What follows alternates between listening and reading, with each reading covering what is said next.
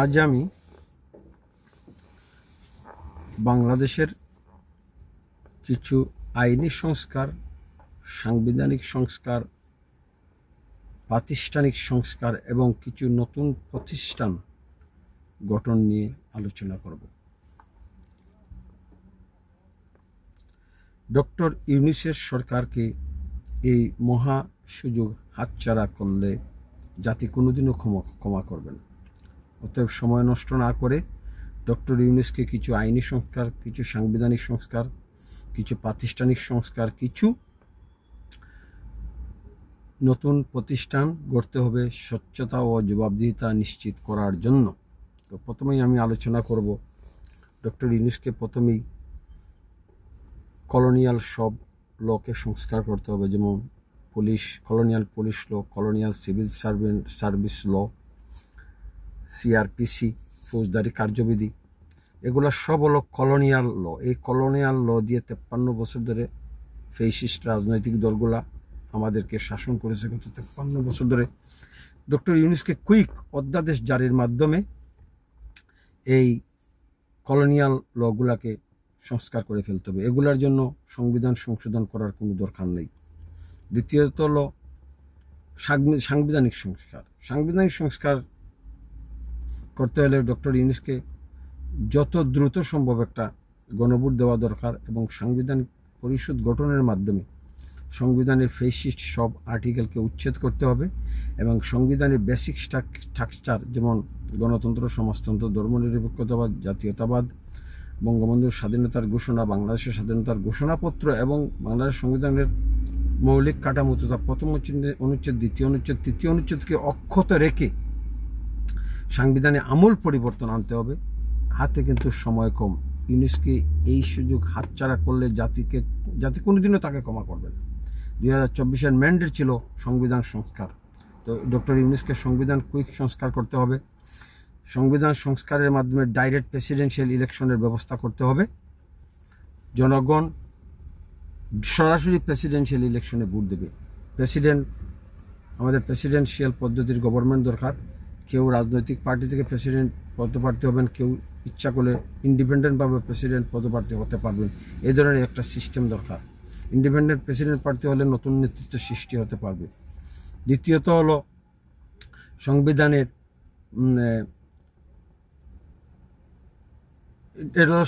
সংস্কার। সাংবিধানিক সংস্কারের মাধ্যমে 70 অনুচ্ছেদকে বদলাতে হবে, 16 অনুচ্ছেদকে সংশোধন করতে হবে, দ্বিকক্ষ বিশিষ্ট পার্লামেন্ট করতে হবে এবং পার্লামেন্টের মেয়াদ 4 বছর করতে হবে।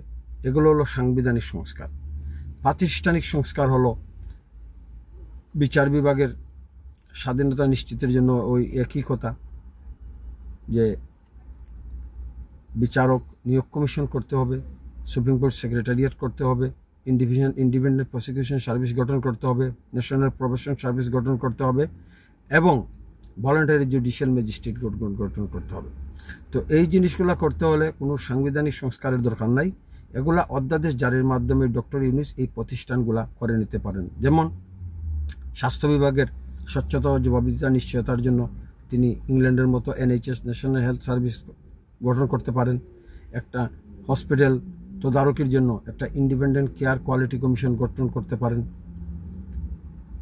এবং ন্যাশনাল অ্যাম্বুলেন্স সার্ভিস তিনি গঠন করতে পারেন জলে স্থলে সার্ভিস দেওয়ার জন্য। এগুলা করতে হলে ডক্টর ইউনূসের কোনো সাংবিধানিক সংস্কারের দরকার নেই। একটা অধ্যাদেশ জারির মাধ্যমেই এগুলা তিনি গঠন করতে পারেন। পরে তিনি যদি চান গণভোটের মাধ্যমে এইগুলাকে, এই বিচারক নিয়োগ কমিশন, সুপ্রিম কোর্ট সেক্রেটারিয়েট, এইগুলাকে তিনি সংবিধানের অংশ হিসাবে অন্তর্ভুক্ত করতে পারেন।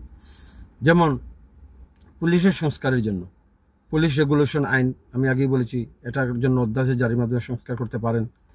তারপরে ন্যাশনাল পুলিশ সার্ভিস কমিশন, পুলিশের বদলি পদোন্নতি তদারকির জন্য ন্যাশনাল পুলিশ সার্ভিস কমিশন গঠন করা দরকার ইংল্যান্ডের মতো। তারপরে পুলিশের ফৌজদারি অপরাধ তদন্তের জন্য ইন্ডিপেন্ডেন্ট পুলিশ কমপ্লেন্ট কমিশন গঠন করা দরকার। পুলিশের মধ্যে অভ্যন্তরীণ বৈষম্য দূর করার জন্য নতুন আইন করা দরকার। পুলিশে প্রথম শ্রেণীর কর্মকর্তা নিয়োগ বন্ধ করা দরকার। পুলিশের নিয়োগ পদ্ধতি হবে, প্রথমে পুলিশরা সাধারণ অফিসার হিসেবে নিয়োগ পাবেন পরবর্তীতে পরীক্ষার মাধ্যমে ধাপে ধাপে তারা প্রথম শ্রেণীর অফিসার হবেন। এটা হলে পরে পুলিশের মধ্যে আর বৈষম্য থাকবে না। পুলিশের সদস্যদের জন্য স্বাস্থ্যসেবার নিশ্চয়তা করা দরকার। শুধু উপরের স্তরের পুলিশ অফিসারদের স্বাস্থ্যসেবা নিশ্চিত করলে হবে না, নিচের স্তরের পুলিশের কর্মীদেরও স্বাস্থ্যসেবা নিশ্চয়তা দেওয়া দরকার। তারপরে একটা ইন্ডিপেন্ডেন্ট হিউম্যান রাইট কমিশন গঠন করা দরকার। এটা প্রাতিষ্ঠানিক সংস্কারের মধ্যে পরে এটা গণভোটের মাধ্যমে এটা সংবিধানের অন্তর্ভুক্ত করতে পারবেন doctor Yunus. Independent human rights কমিশনকে বিচারিক ক্ষমতা দেওয়া দরকার। ইলেকশন কমিশনকে আরও শক্তিশালী করা দরকার। দুর্নীতি দমন কমিশনকে আরও শক্তিশালী করা দরকার। দুর্নীতি দমন কমিশনকে নিজস্ব বাজেট প্রণয়নের ক্ষমতা দরকার। এটা অধ্যাদেশ জারির মাধ্যমেই দিলে হবে এবং প্রতিটি জেলা শহরে দুর্নীতি দমন কমিশনের অফিস দরকার। তারপরে এই জিনিসগুলোই তো, এই কয়েকটা জিনিস কুইকভাবে ডক্টর ইউনূস যদি কমপ্লিট করতে পারেন, বাংলাদেশে স্বর্ণযুগ এসে পড়বে। স্বচ্ছতা ও জবাবদিহিতার জন্য আমাদের যে ইনস্টিটিউট দরকার, এই ইনস্টিটিউটগুলো ডক্টর ইউনূসকে তার সময় পার হওয়ার আগেই সম্পন্ন করে যেতে হবে, গঠন করতে হবে। Police commission, health regulatory commission, বিচারক নিয়োগ কমিশন, দুর্নীতি দমন কমিশনের সংস্কার, এগুলা, এরপরে মানবাধিকার কমিশনের সংস্কার, মানবাধিকার কমিশনের শক্তিশালী করেন। এগুলার জন্য সংবিধান সংশোধনের দরকার নেই, এগুলার জন্য জাতীয় ঐক্যমত কমিশনের সঙ্গে আলোচনার দরকার নেই। 24শে রেভলিউশন ডক্টর ইউনূসকে ম্যান্ডেট দিয়েছে এগুলা সংস্কার করার জন্য। এগুলার জন্য পুরাতন ফেসিস্ট রাজনৈতিক দলগুলোর জন্য সঙ্গে বসার কি দরকার ইউনূসের, আমি তো বুঝি না। এইগুলা প্রাতিষ্ঠানিক সংস্কার, কিছু আইনি সংস্কারের জন্য ডক্টর ইউনূসকে বারবার পলিটিক্যাল রাজনৈতিক দলগুলোর সঙ্গে বসার দরকার নেই তো। 24শে রেভলিউশন ডক্টর ইউনূসকে ম্যান্ডেট দিয়েছে এইগুলার সংস্কার করার জন্য, কিছু কলোনিয়াল আইনকে রিফর্ম করার জন্য, কিছু প্রতিষ্ঠান গড়ার জন্য।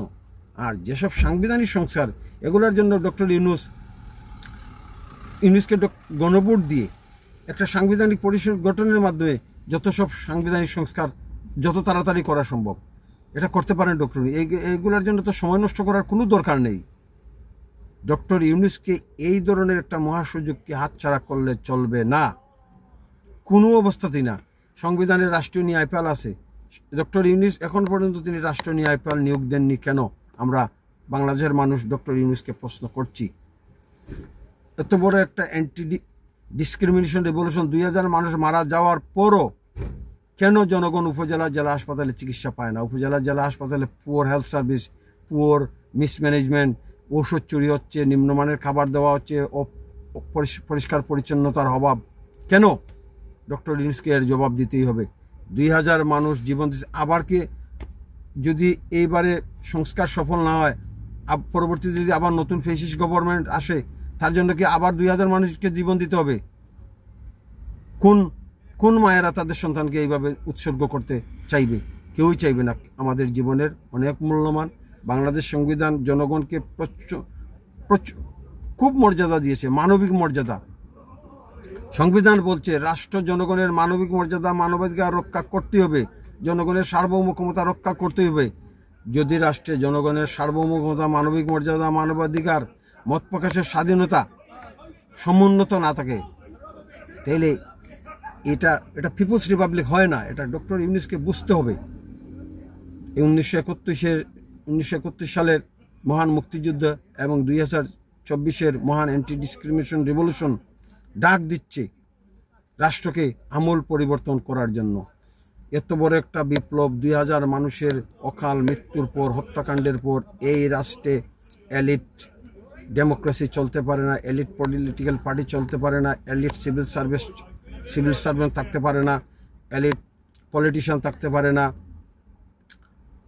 ক্যাপিটালিস্ট ইকোনমি থাকতে পারে না। ক্যাপিটালিস্ট লুটার ইকোনমিকে অ্যাবলিশ করার জন্যই জনগণ 2024-এ মহান ছাত্র আন্দোলনে যোগ দিয়েছিল এবং এই ফ্যাসিস্ট সরকারকে, শেখ হাসিনার ফ্যাসিস্ট সরকারকে টেনে নামিয়েছিল।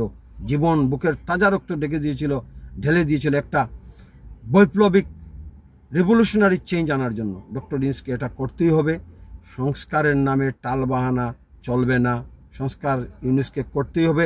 সংস্কার করে এই যে বিচারক নিয়োগ commission, police service commission, supreme court সেক্রেটারিয়েটে কাজ শুরু করতে পারে। এটার জন্য আমাদের অপেক্ষা করার কোনো দরকার নেই।